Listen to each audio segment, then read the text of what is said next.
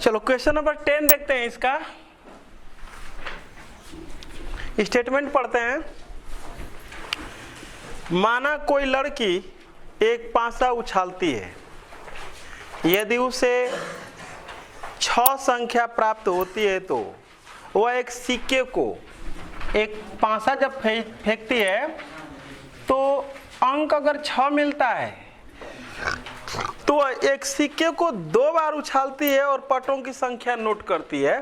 मतलब इसके बाद क्या करती है, एक सिक्के को 2 बार फेंकती है, और जब 2 बार फेंकेगी एक सिक्के के तो कंडीशन क्या क्या बनती है, H H, H T, T H, T T. पटों की संख्या नोट करने का मतलब कि देखती है कि पट एक भी बार नहीं, पट एक बार, पट एक बार, पट दोनों बार आया। सेकंड, आगे बढ़ता हूं। अगली कंडीशन, यदि उसे 1 2 3 4 5 की संख्या प्राप्त होती है, 6 के अतिरिक्त क्या आता है, 1 2 3 4 5 प्राप्त होती है तो वह एक सिक्के को 1 बार उछालती है। एक सिक्के को कितना बार उछालती है, 1 बार। तो एच कामा टी, और नोट करती है कि उस पर चित या पट प्राप्त हुआ, मतलब कि जो भी आया वो देखती है। तो देखेगी तो भाई यही कंडीशन हो सकती है ना, जब एक सिक्के को 1 बार उछालेगी तो चित या पट देखेगी तो बहुत अधिकतम केस इतना ही देख पाएगी।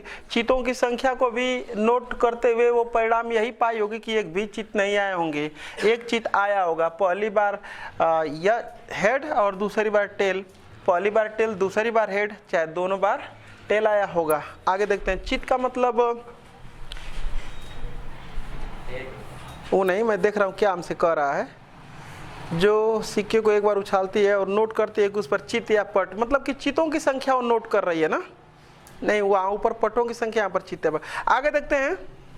यदि उसे ठीक एक पट प्राप्त होता है तो उसके द्वारा उछाले गए पासे पर 1 2 3 4 5 प्राप्त होने की प्रायिकता ज्ञात कीजिए। समझते हैं जरा सा।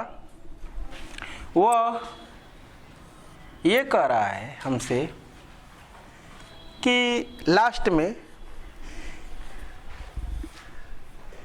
उस पर, लास्ट में लिखा है कि नोट करती है कि उस पर चित या पट प्राप्त हुआ यदि उसे ठीक 1 पट प्रकट होता है। क्या, 1 पट, ठीक 1 पट प्रकट होता है तो उसके द्वारा उछाले गए पासे पर 1 2 3 4 5 प्राप्त होने की प्रायिकता, मतलब कि ठीक 1 पट प्रकट होता है तो वो इस बात की प्रोबेबिलिटी हमसे पूछ रहा है कि पासे पर क्या आया था, 1 2 3 4 5 ही आया था। यानी कि यहाँ भी क्या लगने वाला है, बेज प्रमेय लगने वाला है। तो यहाँ पर लिखेंगे कि माना 6 आने की घटना E1 1 2 3 4 5 आने की घटना E2 तथा ठीक 1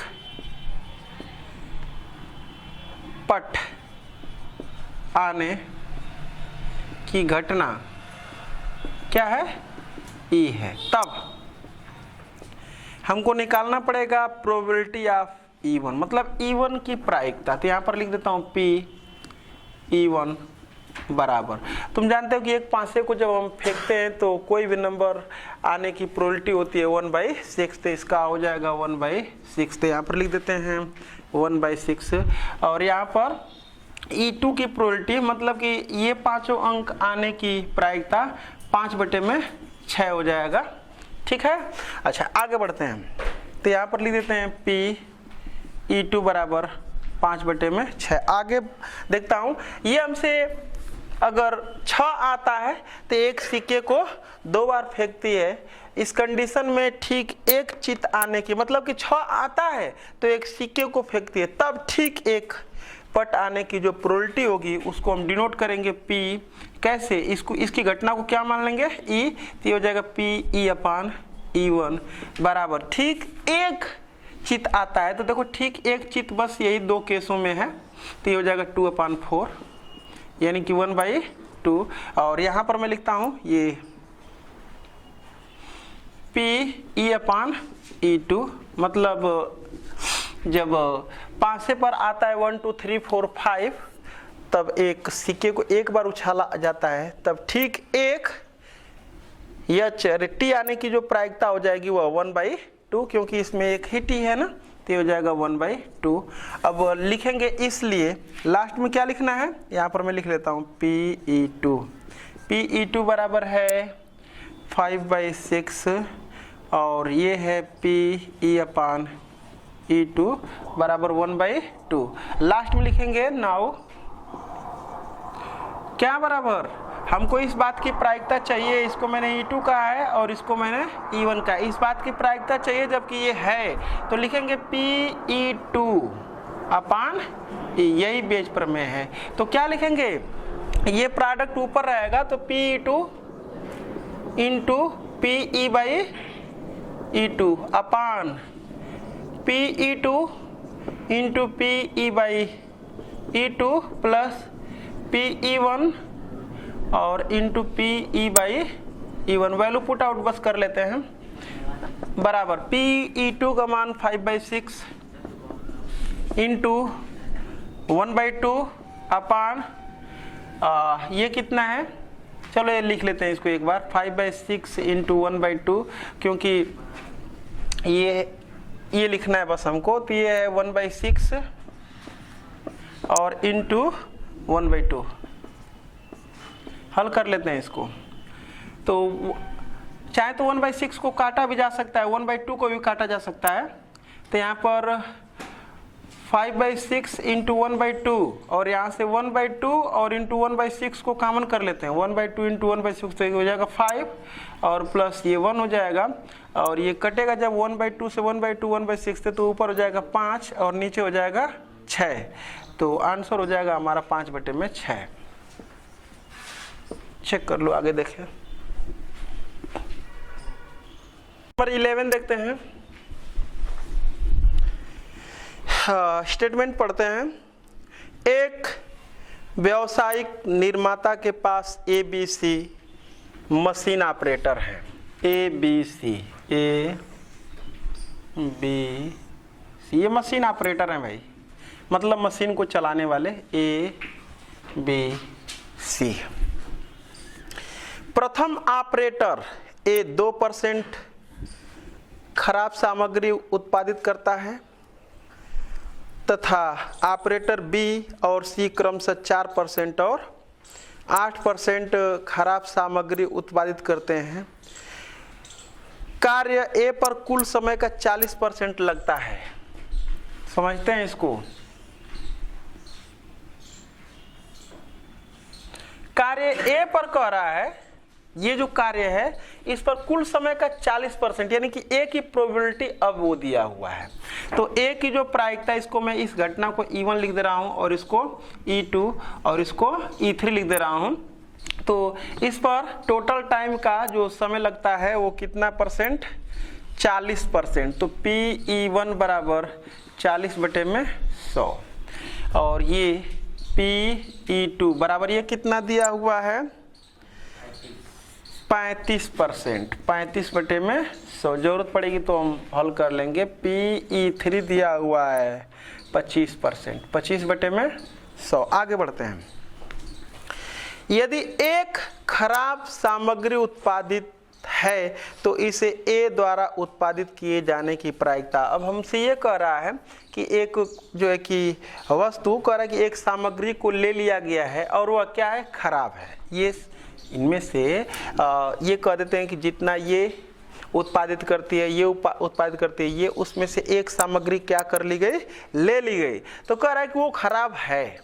क्या है, खराब है। तो कह रहा है कि इस बात की प्रायिकता क्या है कि वह उस सामान को ए ने उत्पादित किया था, ये खराब है, तो इस बात की प्रायिकता क्या है कि उसको ए ने उत्पादित किया था, ए ने बनाया था। यानी कि यहां पर भी क्या लगने वाला है, बेच प्रमेय। तो मैं यहां पर लिखता हूं खराब सामग्री, ये खराब एक जो सामान है, ये सामग्री है, वो क्या है, खराब है। अच्छा, तो इस बात की मैं घटना को क्या लिख देता हूं, खराब सामग्री है, इसकी घटना को अगर मैं ई लिख देता हूं तो अब समझते हैं देखो ये तो हो गया इन सब की प्रोबेबिलिटी। अब हम ये कह देते हैं कि वो खराब सामग्री है, लेकिन उसको किसने उत्पादित किया है? ए ने उत्पादित किया है। तो देखो एक खराब सामग्री उत्पादित करती है, उसकी प्रोबेबिलिटी दिया हुआ है कितना परसेंट? कह रहा है कि प्रथम ऑपरेटर ए 2% खराब सामग्री उत्पादित करता है। तो ये ए खराब सामग्री उत्पादित करता है, उसको डिनोट कैसे करेंगे? पी E/E1 बराबर कितना है? 2/100। ठीक है। और ये जो बी है वो खराब सामग्री उत्पादित करता है, उसको कैसे डिनोट करेंगे? PE/E2 से। और ये देखो कितना दिया हुआ है? 4%, यानी कि 4/100। और ये खराब सामग्री उत्पादित करता है, तो इसको कैसे लिख देंगे? PE/E3 बराबर ये कितना है? 8/100। अब हमसे पूछ रहा है कि वो ए जो ये खराब सामग्री है वो कौन उत्पादित किया है? ए। इस बात की प्रायिकता क्या होगी? तो बस मैं कुछ नहीं लिख रहा हूँ, क्योंकि हम लोग अध्ययन कर चुके हैं, इसकी प्रैक्टिस कर चुके हैं, लिख लेंगे। तो हम लिखना है नाउ पी कौन? E1 की प्रोबेबिलिटी हमको निकालनी है, जबकि हमारे पास E है। तो PE1/E बराबर क्या लिख देंगे यहाँ पर? इसके प्रोडक्ट ऊपर आएगा, तो PE1 इंटू PE/E1 ऊपर रहेगा। और नहीं तो नए भी सूत्र लिखेंगे, बस डायरेक्ट अब प्रोडक्ट भी करके और मतलब हल भी कर देंगे, तो भी हम लोग समझ चुके हैं सारी चीज को। अपान PE1 into PE/E1 plus PE2 into PE/E2 plus PE3 और इंटू PE/E3 सब वैल्यू रख लेता हूँ। ये है 40/100 और इंटू 2/100। नीचे वही लिखेंगे 40/100 इंटू 2/100 प्लस 35/100 और गुणे 4/100 प्लस 25/100 और गुणे है 8/100। हल कर लेते हैं इसको। ये 10,000 से 10,000 कट जाएगा सब में से, तो ऊपर हो जाएगा 40 गुणे 2 और नीचे हो जाएगा 40 गुणे 2। मल्टीप्लाई कर लूँ क्या? चलो 40 गुना के 80 और नीचे 80 और प्लस 4×5 = 20 और 4×3 = 12 14 प्लस 25/200 बराबर ये हो जाएगा 80/420। ये हो जाएगा 4 दूना के 8, नहीं 4 से नहीं कटेगा ना, 2 से कटेगा। 2 से काट लेंगे तो 4/1 का ही आंसर दे लेंगे। चेक कर लो, आगे देखें। क्वेश्चन नंबर 12 पढ़ते हैं। हाँ, स्टेटमेंट पढ़ते हैं। 52 ताशों की गड्डी से एक पत्ता खो जाता है, शेष पत्तों से 2 पत्ते निकाले जाते हैं जो हुकुम के पत्ते हैं। खो गए पत्ते की हुकुम होने की प्रायिकता ज्ञात कीजिए। समझते हैं जरा सा। कह रहा है कि 52 पत्तों की गड्डी से एक पत्ता खो जाता है भाई, और हमसे कह रहा है कि जो पत्ता खोता है, हमको तो एक बार फिर स्टेटमेंट को पढ़ करके समझाता हूं। कह रहा है कि 52 ताशों की गड्डी से एक पत्ता खो जाता है। ठीक है।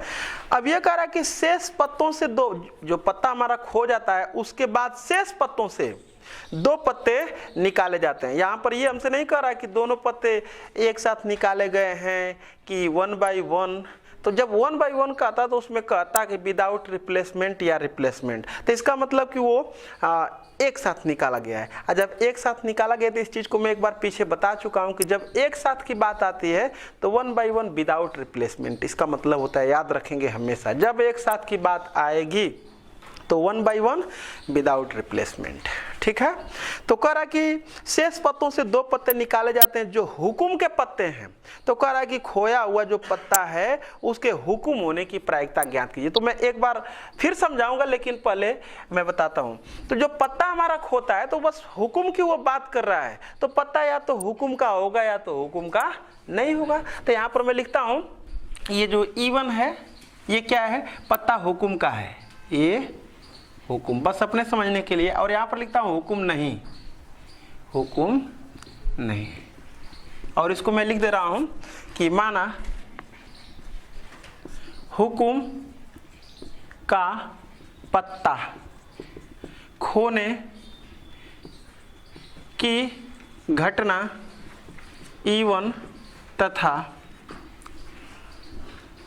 हुकुम का पत्ता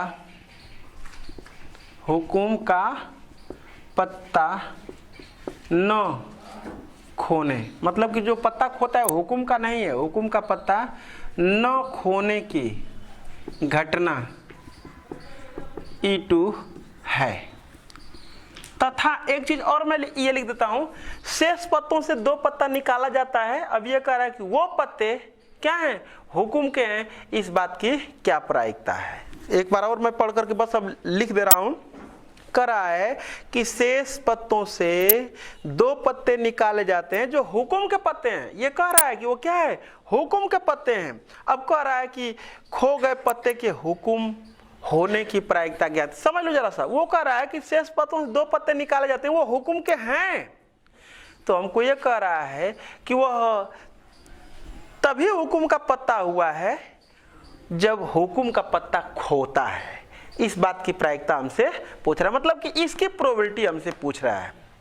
खोया हुआ जो दोनों पत्ता है हुकुम का है, हमको ये दे दिया है, तो कह रहा है इस बात की प्रायिकता ज्ञात कर दीजिए कि वो जब हुकुम का पत्ता खोता है तब ये दोनों पत्ते हुकुम के आए हैं। तो यानी कि फिर एक बार बेज पर में यहां भी लगेगी, क्योंकि इस बात की प्रोबेबिलिटी पूछ रहा है जबकि हमको दे रखा है कि दोनों पत्ते किसके हैं, हुकुम के हैं। तो मैं यहां पर अब लिख देता हूं कि तथा शेष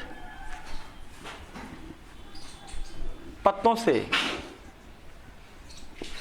शेष पत्तों से 2 पत्ते, शेष पत्तों से 2 पत्ते निकाले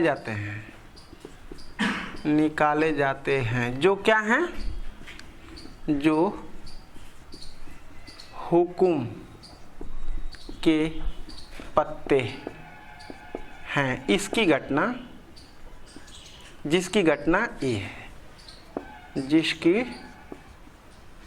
घटना ई है। अब उसके बाद हम लिखते हैं तब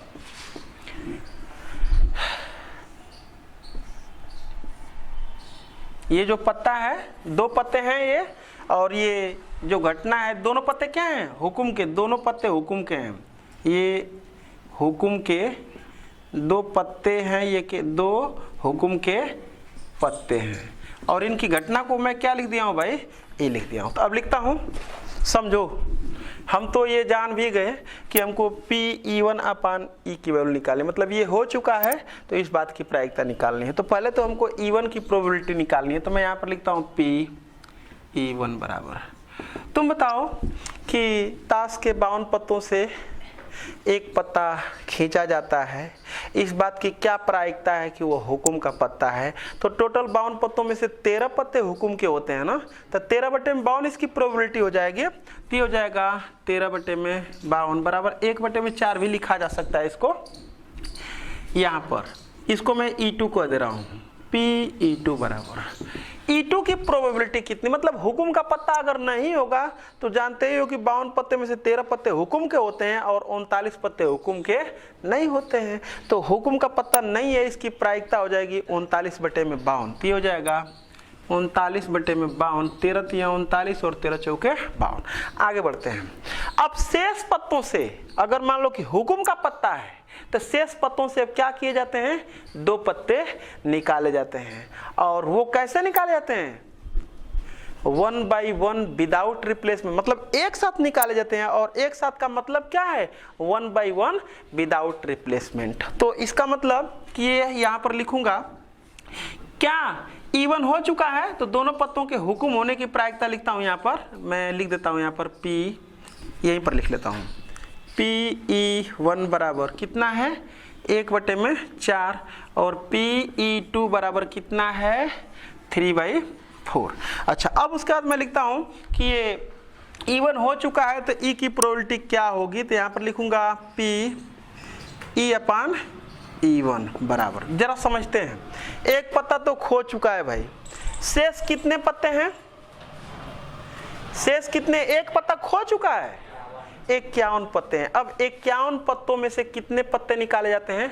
2 पत्ते। तो 51 पत्तों में से 2 पत्ते निकालने के तरीके मैं बता चुका हूं कि 1 by 1 विदाउट रिप्लेसमेंट की जब बात आती है तो अनुकूल अवसरों की संख्या और कुल अवसरों की संख्या हम निकाल सकते हैं कॉम्बिनेशन के फार्मूले के यूज से भी। एक तरीका मैं बताया हूं।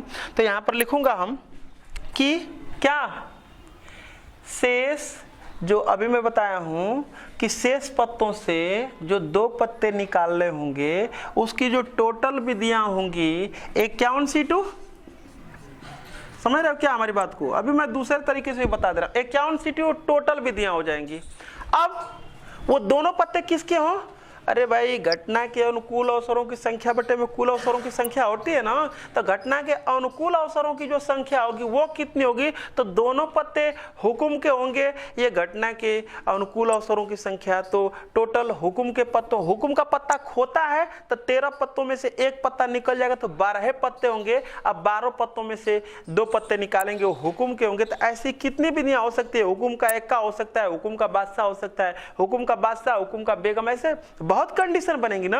तो वही टोटल कितनी कंडीशन बनती है वो एनसीआर के फार्मूले से आ जाता है। तो यहां पर ऊपर हो जाएगा 12C2। मतलब एक और तरीका मैं बताता हूं, समझो।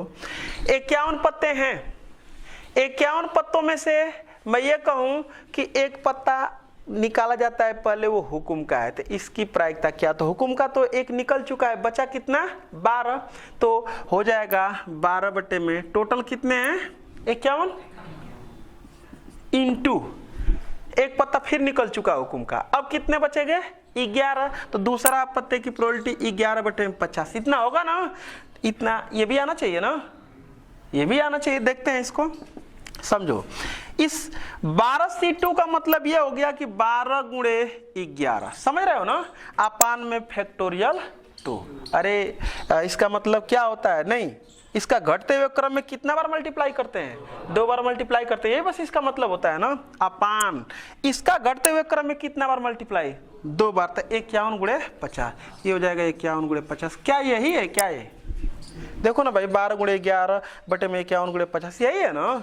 तो मैं कहा हूं कि 2 तरीके से निकाल सकते हैं, 1 by 1 विदाउट रिप्लेसमेंट की कंडीशन, एक एनसीआर के फार्मूले से, और एक डायरेक्ट 1 पत्ता खो चुका है तो फिर खोने के बाद वो हुकुम का खोया है तो फिर अब एक ये हुकुम आता है, इसकी प्रायिकता क्या हो जाएगी? तो 13 में से 1 पत्ता खो गया है हुकुम का, तो 12 बटे में 51।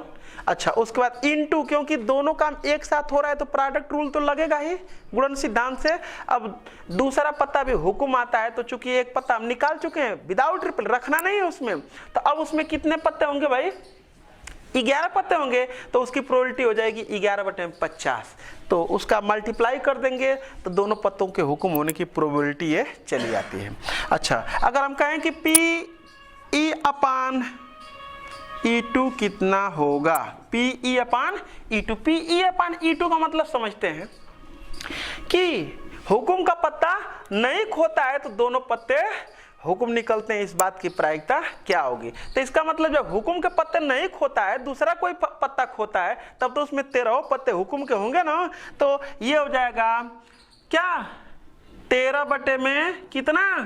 51, क्योंकि 1 पत्ता तो खोया है, ये बस ये है कि वो हुक्म का नहीं। तो 13 बटे में 51 और गुणे 1 पत्ता और निकालना है। तो 1 पत्ता जब निकल चुका तो 12 पत्ते अब होंगे उसमें, तो 12 बटे में 50, इतना ही होगा ना। एनसीआर के फार्मूले से देख लेते हैं। टोटल पत्तों में से कितने पत्ते निकालने हैं? 2 पत्ते। 2 पत्ते निकालने हैं, वो हुकुम के हैं, तो उसके कुल कितने अवसर बनेंगे? तो अभी मैं बताया हूं कि टोटल पत्ते 51, 51 में से 2 पत्ते निकालेंगे तो 51C2। अब ये दोनों पत्ते क्या हैं? हुकुम के हैं, तो उसके अनुकूल कितने अवसर हो जाएंगे देखते हैं।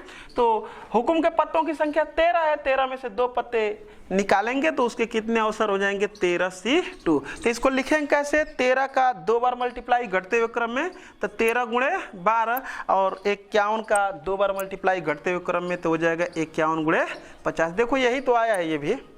तो मैं निकाल चुका सब। अब किस बात की प्रायिकता हमको ज्ञात करनी है? दोनों पत्ते हुकुम के हैं, तो हमसे ये कह रहा है कि इस बात की प्रायिकता ज्ञात कर दीजिए कि जब ये हुकुम का पत्ता खोता है तब ये हमको कंडीशन मिलती है, यानी कि इस बात की प्रायिकता हमसे पूछ रहा है। तो लिखेंगे यहाँ पर now, last step, now Pe1 अपान E। डायरेक्टली चाहूँ तो अब मैं फार्मूला अप्लाई कर सकता हूँ, ये वाला प्रोडक्ट ऊपर रहेगा तो यानी कि हो जाएगा 1/4 और इंटू Pe1 अपान, ये वाला पोर्शन आया है हमारा, यही है ना, देखो ना ये है, इंटू 12 गुणे 11 बटे में 51 गुणे 50 अपान, नीचे वही लिख लेंगे 1 बटे में 4 गुणे 12 गुणे 11 बटे में 51 गुणे 50 प्लस ये वाला प्रोडक्ट प्लस कर देंगे तो ये 3/4 और इंटू ये कितना है 13 गुणे 12 और अपान में 51 गुणे 50। इसी को हम सॉल्व कर लेते हैं, देखते हैं कितना रिजल्ट आता है। तो देखो 4 से 4 ये वाला पोर्शन कट जाएगा, ये वाला ये कॉमन लेकर के कट जाएगा। अब देखो 12 भी कॉमन लेके कट जाएगा, देखो ऊपर से 12 12 12 12 कट जाएगा और ऊपर बचेगा यहाँ पर 11। देखो 50 से 51 भी कट जा रहा है, कट जा रहा है ना, तो हमारा हो जाएगा ऊपर 11, ठीक है, ये भी कट चुका है और नीचे बचा है यहाँ पर 11 प्लस ये हो जाएगा हमारा 13 39, तो ये 11 बटे में 50 हो जाएगा। क्या आंसर चेक कर लो जरा, आगे देखते हैं। नंबर 13 देखते हैं। एक थैले में 5 सफेद 10 काली गेंदें हैं। एक थैला है, इस थैले में 5 सफेद व्हाइट और 10 ब्लैक गेंदें हैं, ठीक। तथा दूसरे थैले में एक और थैला है हमारे पास, इस थैले में 10 सफेद हैं 10 व्हाइट और 5 ब्लैक गेंदें हैं।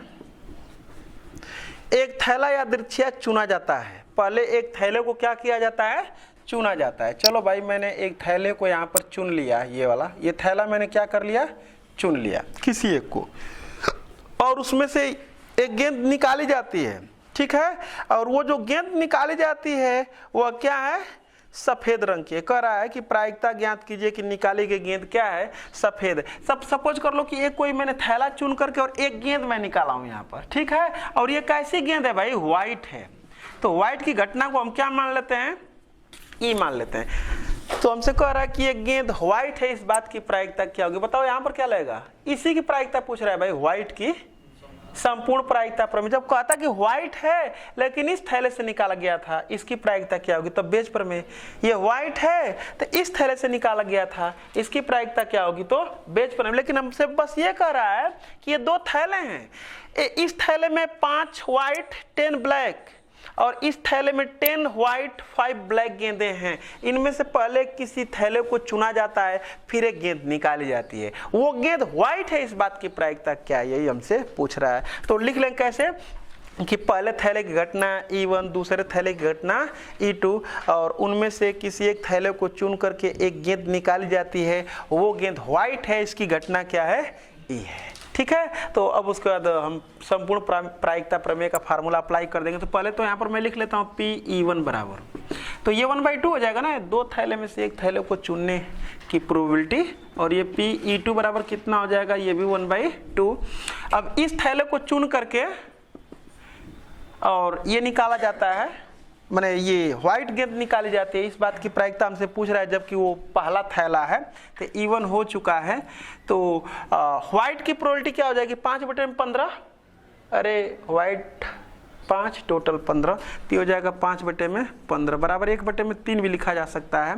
और यहाँ पर देखें ये Pe/E2 और 10/15 राइट, 10/15 बराबर 5 दूना के 10, 5 15। अब लिखेंगे क्या, जो गेंद सफेद आती है व्हाइट आती है उसकी प्रोबेबिलिटी क्या होगी, तो Pe बराबर, यही हमसे पूछ रहा है, इसकी प्रायिकता क्या होगी, तो Pe बराबर ये इंटू ये प्लस ये इंटू ये, तो हो जाएगा Pe1, यही है संपूर्ण प्रायिकता प्रमेय, Pe1 into Pe/E1 plus Pe2 और इंटू Pe/E2, यही है संपूर्ण प्रायिकता प्रमेय, टोटल प्रोबेबिलिटी थ्योरम से। तो P(E1) का मान है 1/2 इंटू 1/3 प्लस 1/2 इंटू 2/3, तो हो जाएगा 2, 3/6 हो जाएगा, क्या है देखो तो, बराबर 1/2। देखो ना भाई, ये 1 और ये 2, 3/6 यानी कि 1/2। आंसर चेक कर लो, आगे देखते हैं। 14 क्वेश्चन नंबर टोटल 15 है, जिसमें से 14 है, इसके बाद एक और सवाल है। एक थैले में 10 सफेद, इसको मैं लिखता हूं फिर से। एक थैला है और उसमें 10 व्हाइट और क्या है 15 रेड, और दूसरा थैला है उसमें 16 व्हाइट और 9 रेड, ये गेंदें हैं। प्रत्येक थैले से एक एक गेंद निकाली जाती है, दोनों थैलों से एक एक गेंद निकाल, एक इससे निकाला जाता है और एक इससे निकाला जाता है, यानी कि 2 गेंद निकाली जाती हैं। आगे बढ़ते हैं। दोनों गेंदों के एक ही रंग होने की प्रायिकता ज्ञात कीजिए। देखो यहाँ पर जो है थोड़ा सा सबसे वो अलग हट करके है संपूर्ण प्रायिकता प्रमेय, बेज प्रमेय से, लेकिन ये जो है संपूर्ण प्रायिकता के जैसे ही तुमको दिखेगा, मैं समझाता हूँ। तो क्या कर रहा है, इन दोनों थैलों को पहले क्या किया जाता है, नहीं, एक थैला ये है, एक थैला ये है, दोनों थैलों में से चुना नहीं जाता है, दोनों थैलों में से एक एक गेंद निकाली जाती है। यहाँ पर चुनाव नहीं करना है कि थैलों को चुनिए, नहीं, दोनों से एक गेंद निकाल। हाँ, तो समझते हैं। करा है कि ये 2 थैले हैं, एक थैले में 10 व्हाइट 15 रेड, दूसरे थैले में 16 व्हाइट 9 रेड हैं। दोनों में से एक एक गेंद निकाली जाती है, एक गेंद इसमें से भी और एक गेंद इसमें से, यानी कि 2 गेंद निकाली जाती हैं। तो इस बात की प्रायिकता क्या है कि दोनों गेंद एक ही रंग की हैं। एक ही रंग का मतलब कि या तो दोनों व्हाइट हो सकता है या तो दोनों ये ना। तो पहले मैं निकालता हूँ यहाँ पर, अब P व्हाइट है मैं लिख दे रहा हूँ, मतलब कि व्हाइट की प्रोबेबिलिटी, मतलब पहले थैले से गेंद निकाली जाती है, वो क्या है, व्हाइट है। तो व्हाइट की प्रोबेबिलिटी कितनी हो जाएगी, 10/25, यानी कि 2/5। समझ रहे हो ना, अरे व्हाइट 10 और टोटल 25, तो उसकी प्रोबेबिलिटी हो जाएगी 10/25, यानी कि 5 दूना 10, 5 5 25। अच्छा, इससे व्हाइट आती है। फिर मैं कह रहा हूं कि यहां से व्हाइट की प्रोबेबिलिटी, इससे मैं ये कहता हूं कि इससे व्हाइट आता है, इसकी प्रायिकता क्या होगी। अरे भाई कह रहे दोनों एक ही रंग क्यों, तो इसमें से भी व्हाइट निकलेगा और इसमें से भी व्हाइट निकलेगा, तभी ना दोनों व्हाइट होंगे। अच्छा, या चाहे दोनों अगर रेड होंगे तो इसमें से भी रेड निकलेगा और इसमें से भी रेड निकलेगा, तभी तो दोनों रेड होंगे। तो यहाँ पर मैं P व्हाइट लिखता हूँ, ये कितना हो जाएगा 16/25। अच्छा, इसमें से हो सकता है कि वो गेंद रेड निकली हो, तो P रेड मैं लिख देता हूँ, प्रोबेबिलिटी ऑफ रेड, तो कितना हो जाएगा 15/25, यानी कि काट भी सकते हैं इसको, 5×15 5/25, और ये कितना हो जाएगा, इसमें से रेड निकलने की जो प्रोबेबिलिटी हो जाएगी वो कितनी हो जाएगी 9/25। समझ रहे हो हमारी बात को। अब ये कह रहा है कि दोनों गेंद एक ही रंग की है, इसकी प्रायिकता क्या होगी। तो यहाँ पर लिखेंगे दोनों गेंदें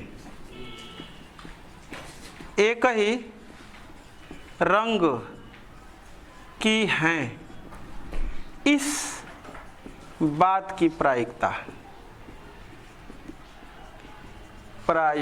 बराबर, ध्यान से देखो, व्हाइट इसमें से आती है और व्हाइट इसमें से, मतलब कि 2 गेंदें निकालना है। और तुम जानते हो कि जब 2 काम एक साथ किया जाता है तो उसकी प्रोबेबिलिटी मल्टीप्लिकेशन रूल से निकाला जाता है, यानी कि इसकी प्रायिकता गुणे इसकी प्रायिकता। और ये भी देख लो, ये दोनों स्वतंत्र घटनाएं हैं, इसमें से क्या निकलता है क्या नहीं निकलता है, रेड व्हाइट जो भी निकले इस पर कोई फर्क पड़ने वाला नहीं है, वो अलग है और ये अलग है, इसलिए दोनों घटनाएं स्वतंत्र हैं। तो प्रोबेबिलिटी दोनों को एक साथ होने की निकालेंगे, मल्टीप्लिकेशन रूल, दोनों का मल्टीप्लाई डायरेक्ट करेंगे। और वैसे भी अगर स्वतंत्र नहीं भी रहता तो अलग अलग हम निकाल लिए होते व्हाइट की प्रोबेबिलिटी, तो भी हम गुणा ही करते, क्योंकि हम बता चुके हैं कि P A इंटरसेक्शन B बराबर PA और इंटू पी बी बाई, बताए ना ऐसा कुछ। तो अगर ये प्रायिकता और ये प्रायिकता दोनों चली आती है तो दोनों का प्रोडक्ट करेंगे तभी दोनों को एक साथ वो घटने की प्रायिकता होगी। तो बराबर ये वाइट और ये वाइट, यानी कि हो जाएगा हमारा 2/5 इंटू 16/25। देखो ना, ये वाइट वाइट दोनों, या तो दोनों वाइट हो सकता है या तो दोनों क्या हो सकता है, रेड। यहाँ पर थोड़ा सा टोटल प्रोबेबिलिटी का रूल लग रहा है। व्हाइट होने की प्रायिकता ये हो गई और रेड होने की प्रायिकता, आप दोनों को क्या करेंगे, जोड़ें, क्योंकि दोनों के बीच में अब यह लग रहा है कि या तो दोनों व्हाइट होंगी या तो दोनों रेड होंगी। तो उस कंडीशन में जोड़ा जाता है और की केस में मल्टीप्लाई। तो मतलब कि दो गेंदें हैं, दोनों अगर व्हाइट होंगी, पहली भी व्हाइट और मतलब इस थैले से भी निकाली गई गेंद व्हाइट और इस थैले से भी निकाली गई गेंद व्हाइट हो, तभी दोनों व्हाइट होंगी। ठीक है, तो उस कंडीशन में मल्टीप्लाई करेंगे। और प्लस दोनों रेड हो तो 3/5 इंटू 9/25 सॉल्व कर लेते हैं। 25 × 5 = 125, इसका एलसीएम हो जाएगा। ठीक है ना, देख लेना जरा सा।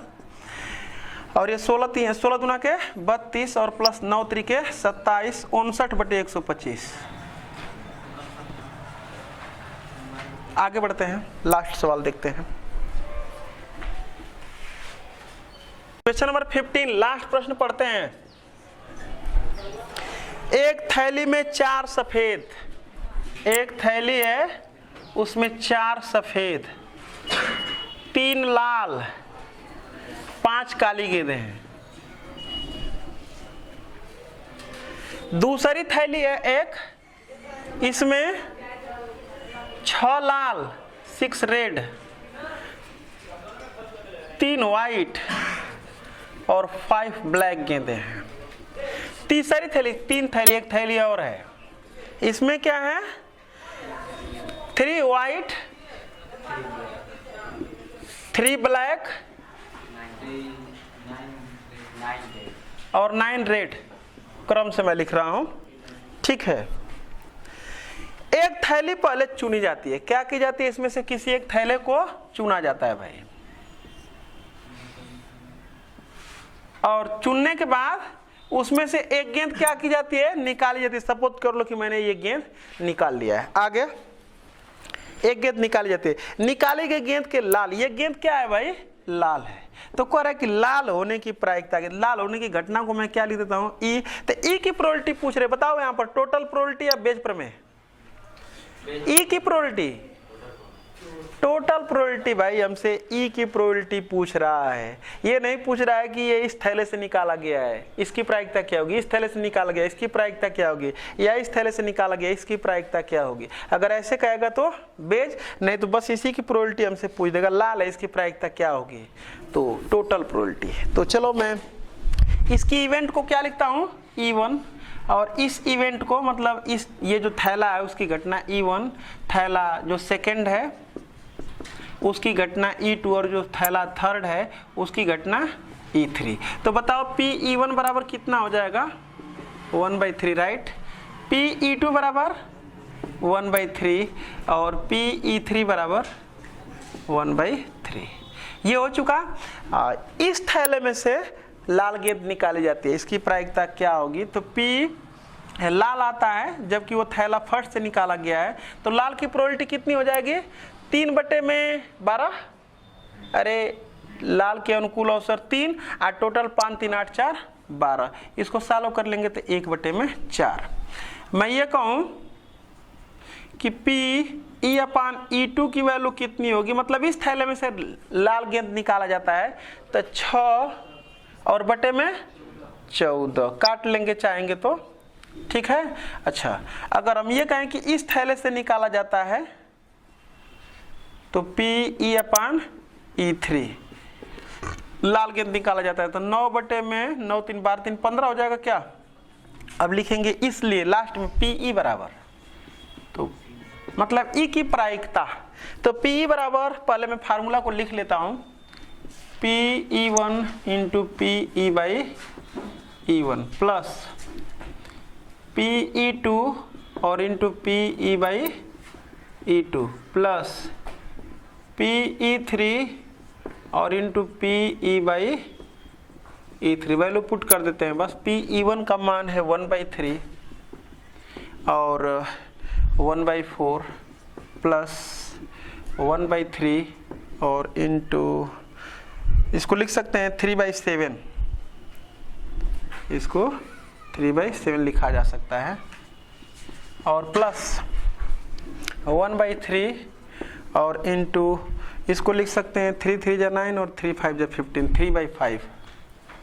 3/5 9। तो इसमें से 1/3 को कॉमन कर ले, वैसे तो कटेगा लेकिन कॉमन कर लेते हैं, तो ये 1/4 हो जाएगा प्लस 3/7 हो जाएगा ये, आप प्लस ये हो जाएगा 3/5।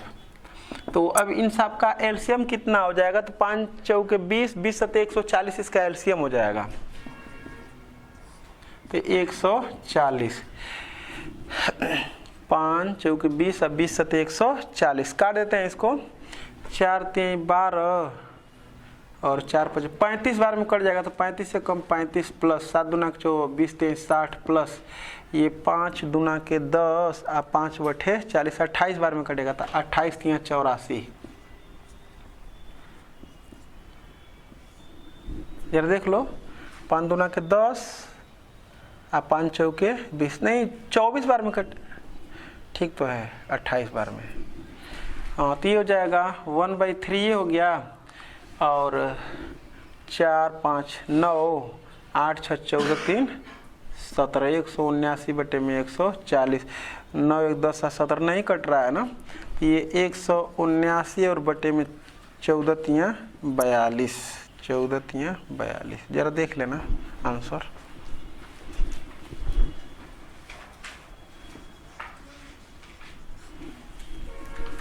मिला लो।